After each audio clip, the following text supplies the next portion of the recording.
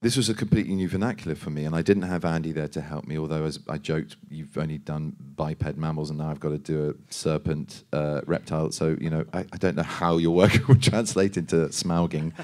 But, I mean, he is the king of it, he's the don of it, he's the pioneer of it, and he's the master of it, and why that man isn't just literally weighed under with Oscars is a sad, I think, truth of why it's not being recognised for what it is. It's the unloved child of cinema because it falls between SFX and animation.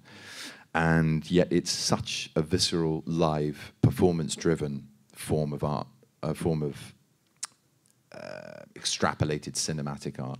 It's something that, you know, green screen, you know, I understand Ian's grumbles about that. It's hard, it's really hard because you're continually projecting all of your performance to a ping pong ball and there's green screen, and yet you are Gandalf.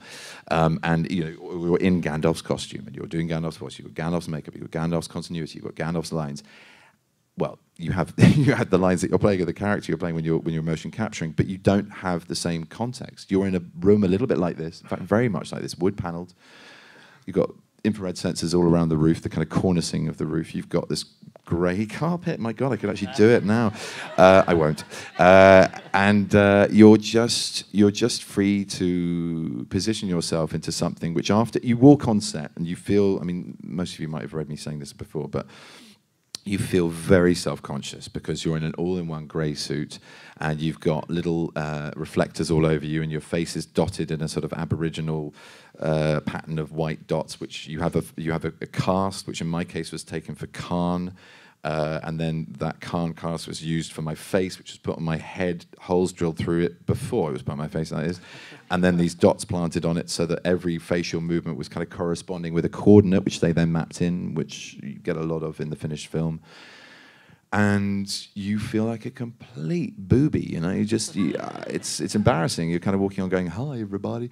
I feel silly." And they're like, "Oh, Benedict, great. It's do you want a coffee? Or just sit down. We've got a chair over there. It's got your character's name on it.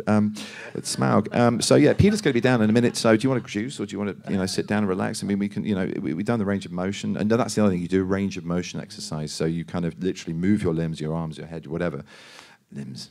Your arms are limbs. You know what I mean? You move your body to get like a full expression of what you might do in the space, the volume as they call it. And then you're on set being embarrassed. And then Peter comes down. He's padding, you know, barefoot. Going, "Oh, Benedict, do you want to talk about it, or do you want to just do something? I mean, it'll be, what do you want to do?"